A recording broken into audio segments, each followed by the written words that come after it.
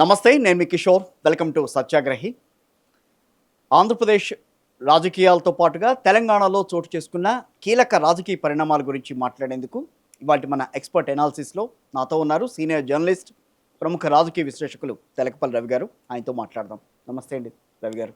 నమస్తే Kishore sir, latest update, లేటెస్ట్కి సంబంధించి మనం మాట్లాడాలంటే మొన్న ఆ పార్టీలో ఎంపీ ఆయన ఆనవాళ్ళు అవన్నీ కూడా బయటకు వచ్చిన తర్వాత కూడా తెలుగుదేశం పార్టీ ఎందుకునో ఆయన ఇంకా వెనకేసుకొస్తుంది అన్న గట్టి వాదన అయితే బయటకు వస్తుంది. ఇప్పటివరకు ఆయన మీద ఎటువంటి సస్పెన్షన్ లేదు, ఏం మాట్లాడలేదు.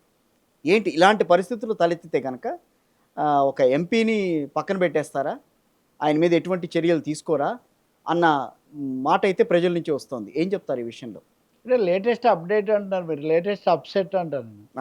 అంటే వరుసగా రాజకీయాల్లో ఇప్పుడు వస్తున్న పరిణామాలు చాలా కొంచెం చికాకు పెట్టే పరిణామాల్లో మొన్న డ్రగ్ పార్టీ అనేది అందరికీ కూడా ఒక విధంగా ఏంటి ఒక షాక్ లాగా వచ్చింది. అంటే డబ్బు కలిగిన వాళ్ళు, రాజకీయంగా ఉన్నత వర్గాల్లో ఉన్నవాళ్ళు, లేకపోతే వ్యాపారాలు వీటిని కలగాపలగం చేసేవాళ్ళు, వీళ్ళందరూ రెచ్చిపోయి పబ్ కల్చరు, డ్రగ్ కల్చరు, అలాగే శివార్లలో ఫామ్ హౌస్లు అంటేనే అవేవో చాలా ఇలాంటి వాటి కోసం అన్న వాతావరణం రావడం, ఇదంతా చాలా షాకింగ్. అందులో 1-2 సార్లు జరిగిన తర్వాత కూడా ఇక్కడ తమాషా కూడా ఒక పార్టీ గురించి అడుగుతున్నారు, అది మాట్లాడదాం. కానీ అక్కడ బీఆర్ఎస్ మాజీ ఎమ్మెల్యే, బీజేపీ రాజస్థాన్ మాజీ MLA, TDP MP, sitting MP, ఈ కాంబినేషన్ ఏంటి వీళ్ళకున్న? అంటే మన తెర వెనుక రాజకీయాలు, తెర వెనుక ఉన్నటువంటి కొన్ని వికృతమైన లక్షణాలు ఎలా పెరిగిపోతున్నాయి, వీటిని పాలకవర్గాలు వాళ్ళ రాజకీయాలు జెండాలు ఏమైనా సరే వీటిని పూర్తిగా అరికట్టకపోగా ప్రోత్సహించే విధంగా ఏం జరుగుతుంది అసలు? ఎందుకు ఆ కాంబినేషన్ ఏంటి? అదే కదా, ఇప్పుడు మీరు నన్ను పిలిచారని మీరు ఏదో అడుగుతారో నేను చెప్తాను, మనకి ఏదో ఒక మీడియా లింక్ ఏదో ఒకటి లేదా ఇంకో చోట ఇంకోటి ఉంటుంది. కానీ ఇక్కడ ఏంటి అది అది ఏం తెలియదు. ఇప్పుడు అతను అంతా అయిన తర్వాత ఆ ఎంపీ పుట్ట మహేష్ అంటున్నారు, ఏమని చాలా రోజులుగా నన్ను రమ్మంటున్నారు ఏదో నాకు చెప్పాలని, అందుకే నేను వెళ్తే ఇదయ్యి అని అంటున్నారు. అంటే చాలా రోజులుగా వెళ్ళారా దీన్ని చెప్తే. ఇంకొకటి ఇదే పైలట్ రోహిత్ రెడ్డి మాజీ ఎమ్మెల్యే, ఆయన ఎమ్మెల్యేగా ఉండగా ఆపరేషన్ లోటస్ అని ఆయనకు సంబంధించిన ఫామ్ హౌస్లోనే జరిగింది. అప్పుడు సుప్రీంకోర్టు దాకా రకరకాల కేసులు, అదేమైందో ఇప్పటికి కూడా దాన్ని తేలింది లేదు. అప్పుడు బీఆర్ఎస్ ముఖ్యమంత్రిగా కేసీఆర్ గారు చాలా గట్టిగా చర్యలు తీసుకున్నారు, హడావుడి చేశారు అంతా. మరి ఇప్పుడు వాళ్ళు దాదాపు ఏం మాట్లాడలేదు. మీరు అన్నట్టు అటు తెలుగుదేశం పల్లా శ్రీనివాస్ రాష్ట్ర అధ్యక్షుడు, ఆయన నోటీస్ ఇచ్చానన్నారు, వీళ్ళు ఒకటి అన్నారు మామ అన్నట్టుగా తప్ప దీని మీద ఏమీ సీరియస్ గా లేదు. అదే ఇంకొక పార్టీకి సంబంధించి ఎవరన్నా కూడా చేస్తుంటే ఎంత గగ్గోలు పెట్టుండేవాళ్ళు, అదొక చర్చ. అయితే ఆ ఇంకో షాకింగ్ ఏమంటే పల్లా శ్రీనివాసులు నిన్న మాట్లాడుతూ దీని వెనక కుట్ర ఉందంటున్నారు అని ఒక మాట అన్నారు. కుట్ర ఉంది అని అన్న తర్వాత మీరు ఇచ్చిన షోకాజ్ నోటీస్కు అసలు దాన్ని మీరే డైల్యూట్ చేసినట్టు, మీరే నీరుగార్చినట్టు అవుతుంది కదా. మీ పని కాదు కదా వాస్తవంగా. ఆయన అంటే ఇప్పుడు ఆయనేమో మహేష్ ఏమో ఒక వీడియో విడుదల చేశాడు, అక్కడ అంతా నా విశ్వాసం నిలబెట్టుకుంటాను, అక్కడ ఏం జరగలేదు, ఇది అంతా అసత్య ప్రచారం. అంటే ఒక విధంగా మీ షోకాజ్ నోటీస్ కంటే ముందే ఆయన వీడియో బయటకు వచ్చేసింది, మీరేమో ఇది కుట్ర అంటున్నారు, ఏం జరుగుతుందని. ఇవన్నీ ప్రజల్లో కొంచెం నిరసనకు దారితీసాయి. సరే మీరన్నట్టు వైఎస్ఆర్ పార్టీ వాళ్ళు చాలా ఎక్కువగా చేశారు, లేకపోతే సిపిఎం వాళ్ళు కూడా అనర్హుడుగా ప్రకటించాలన్నారు. ప్రతిపక్షాల్లో డ్రగ్స్ మీద యువజన సంఘాలు ఇట్లాంటివి పోరాడుతున్నాయి, వాళ్ళలో కూడా వచ్చింది.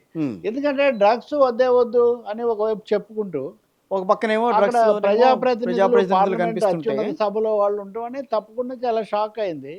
అందరు అడిగారు, కనీసం ఆయన తక్షణ చర్య ఏదో ఒకటి కనబడాలి కదా, న్యాయం జరగడమే కదా జరిగినట్టు కనిపించాలని ఒక సేయింగ్. కానీ ఇక్కడ అనైతిక సిద్ధాంతాల మధ్యన అంత వైరుధ్యం ఉన్న వాళ్ళు ముగ్గురు కూర్చుని మాట్లాడుకోవటం, ముగ్గురు ఉండడం అనేది ఏంటి? అది కూడా అక్కడ కూడా ఒక పెద్ద విపరీతం ఏమంటే బీఆర్ఎస్ కేసీఆర్కు వైసీపీ జగన్మోహన్ రెడ్డికి సంబంధం అనేది మామూలుగా మీడియాలో కథనాలు ఎప్పుడు నడిచేది. కానీ అక్కడ ఉంది టీడీపీ ఎంపీ. ఇవన్నీ అరెస్ట్ చేసిన పోలీసులేమో కాంగ్రెస్ రేవంత్ రెడ్డి ప్రభుత్వానికి సంబంధించిన వాళ్ళు, జరిగిందేమో తెలంగాణ రాజధాని హైదరాబాద్లో. సో ఇవన్నీ ఎక్కడ, ఈ బ్రహ్మముడులు ఎక్కడున్నాయి? ఏ శక్తులు కనపడించని చెయ్యేదో నడిపేది నాటకం అన్నట్టుగా ఆ కనిపించని చెయ్యి ఏంటి అని చాలా ఆశ్చర్యం కలుగుతుంది.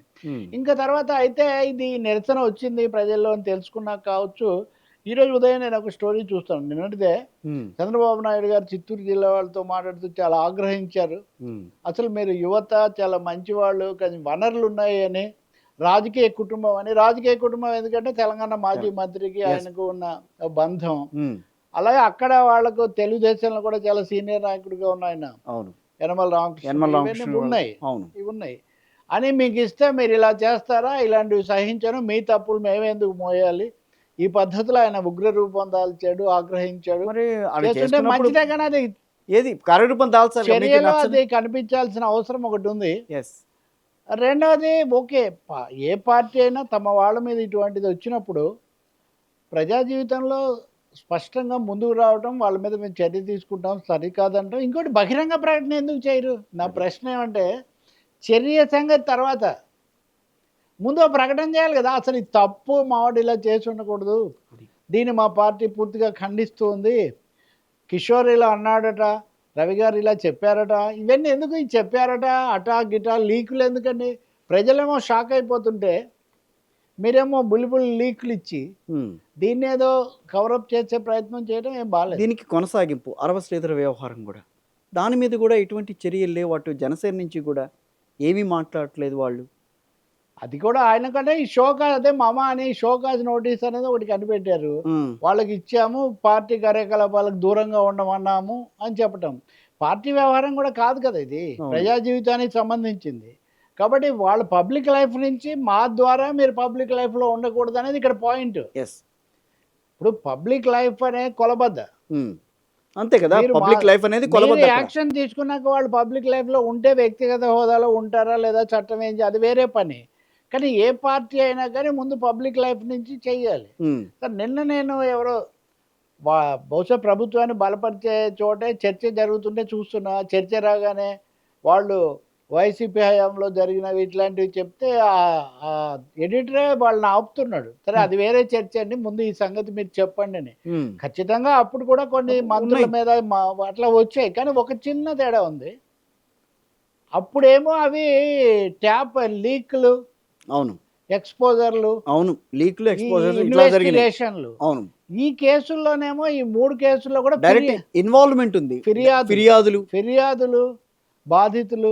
తర్వాత ఇప్పుడు డ్రగ్స్ విషయానికి వస్తే ఇవి చట్ట విరుద్ధమైనటువంటి హానికరమైనటువంటి పనులు. కాబట్టి కేవలం అన్ని కూడా ఒకటే అని కూడా మనం ఎవరైనా చేసి ఉండకూడదు. క్లబ్ చేయలేండి, అప్పుడు జరిగిన వాటికి వీటికి చాలా తేడా కనిపిస్తుంది. చేయకూడదు అంటే ప్రజా జీవితంలో ప్రమాణాలు పాటించాలి అన్నది అది చాలా క్లియర్. అటువంటి వాటికి అవకాశం ఇవ్వకూడదు. రెండోది, వచ్చినప్పుడు సూటిగా చేయాలి, అంతవరకు నిజమే. కానీ నేరుగా ఫిర్యాదులు వచ్చినప్పుడు పార్టీలు, ప్రభుత్వాలు గట్టిగా వ్యవహరించాలి. అది ఇక్కడ జరగడం లేదు. జరగకపోగా లీకులు ఏంటి? ఇదేమి దీనివల్ల ప్రజాప్రతినిధులు వాళ్ళంతటా వాళ్ళు అయినా అట్లీస్ట్ మేము చేసింది తప్పే, మేము ఇట్లాంటివి చేయకూడదు అని చెప్పి ముందుకు వచ్చే ప్రయత్నం కూడా చేయట్లేదు ఈ మధ్యకాలంలో. తప్పే చేయలేదు అంటుంటే ఇంక మీరు ఏం మాట్లాడారు? నీళ్ళు ఇచ్చారు, నీళ్ళల్లో ఏదో కలిసిందని చెప్పి మాట్లాడుతున్నారు. తప్పే చేయడం లేదని అంటే ఎట్లా? అక్కినే నాగేశ్వరరావు తన ఆత్మకథలో ఒక చోట రాస్తారా ఏమని అంటే, ఒక సినిమాలోకి వెళ్ళిన కొత్తలో ఒకరోజు నేను ఫ్రెండ్స్ బలవంతం చేస్తే స్నేహితులు కాస్త మందు పుచ్చుకొని వెళ్ళాను. వెళ్ళగానే మళ్ళీ మా ఆవిడ అన్నపూర్ణ కనుక్కుంటారేమో అని అనుకొని ఏదో ఒకటి చెప్పాలి కదా, అందుకని ఇలాంటి పార్టీలకు వెళ్తే వాళ్ళు మనకు తెలియకుండా భోజనంలోనే మందు కలుపుతారు అని నేను చెప్పాను. ఆమె ఏమో నవ్వి ఊరుకుంది. అప్పటికి అంటే పొద్దున్నే చెప్పింది, జరిగింది ఏదో జరిగింది, కానీ మళ్ళీ దానికి తోడు ఇలాంటివి చెప్పడం ఎందుకని ఆయన ఆత్మకథలో రాసిందే ఇది. కాబట్టి ఇటువంటివి ఎవరు వీటిని తీసుకోరు. రెండోది, ఇప్పుడున్న సోషల్ మీడియా ఎప్పటికప్పుడు లైవ్ టెలికాస్ట్లు, పోలీసులు చాలా సీరియస్గా ఉన్నారు ఈ విషయంలో. ఎందుకంటే దేశ చరిత్రలో ఒక ఎంపీ ఇలా చేయడము, చేస్తూ దొరికిపోవడం ఇదే మొదటిసారి. ఆయన డి అడిక్షన్, కౌన్సిలింగ్ ఇట్లాంటి వాటికి తీసిపోతామంటే ఆయన వాటికి పూర్తిగా నిరాకరించారు. వాళ్ళ టెస్టింగ్లోనేమో చేసుకున్నట్టు వచ్చిందని వాళ్ళు చెప్తున్నారు. కొన్ని సందర్భాలలాగా పోలీసులు ఇక్కడ దాగుడు మూతలు ఆడలేదు, డైరెక్ట్ దాంట్లో పేర్లు చెప్పకుండా. మనకు చాలాసార్లు అలా కూడా జరుగుతుంటుంది. మనం గతంలో చూసింది ఏంటంటే, సినిమా వాళ్ళకి సంబంధించినవి అయితే వెంటనే బయటకు వచ్చేవి, సెన్సేషన్ అయ్యేది, తర్వాత విచారణ అనేవాళ్ళు ఇదంతా.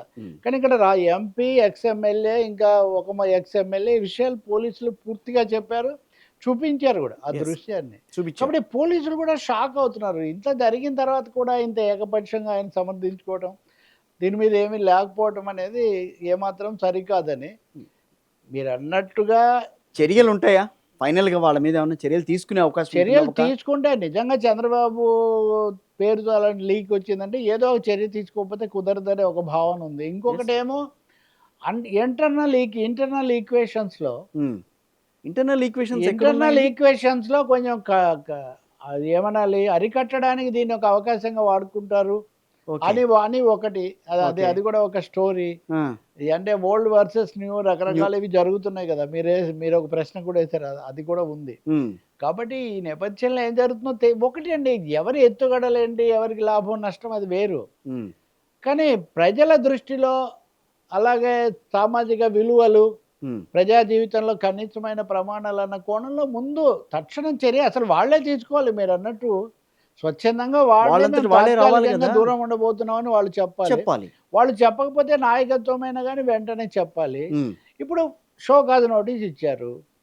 షోకాజ్ నోటీసుకు సమాధానం ఇవ్వకుండా బయట వీడియో విడుదల చేస్తే పార్టీ ఎలా సహిస్తుంది? నిజంగా ఒక పార్టీ అంతే మరి, పార్టీ కదా, ముందు సమాధానం చెప్పాలి. పార్టీ అధ్యక్షుడికి సమాధానం చెప్పాలి. అధ్యక్షుడు మీకు నోటీస్ ఇస్తుంటే దాంతో మీరు బయట సమాధానం చెప్తే, కాబట్టి ఇది ఏమాత్రం ఇలాంటి ఉదార వైఖరి సరికాదు. మూడోది, పవన్ కళ్యాణ్ అయినా అప్పుడైనా అరవ శ్రీధర్ విషయంలో కూడా ఆయనేం మాట్లాడలేదు.